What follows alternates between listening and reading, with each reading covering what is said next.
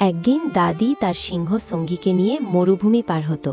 প্রচণ্ড গরম, সূর্য আগুনের মতো ঝলসে দিচ্ছে। হঠাৎ সিংহ বলল, দাদি, একটু ছায়ার ব্যবস্থা করা দরকার। দাদি ভাবলেন, ঘর না হলে হয় না।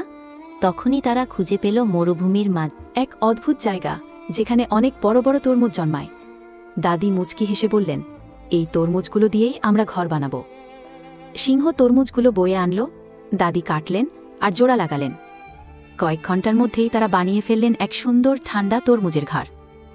ভেতরে ঢুকেই সিংহ বলল, কি ঠান্ডা আর মিষ্টি গন্ধ। দাদি তরমুজ কেটে খাওয়ালেন, বললেন, থাকবে ছায়া আর খাবার দুটোই। রাতে তারা ঘুমল সেই মিষ্টি তরমুজ ঘরের মধ্যে।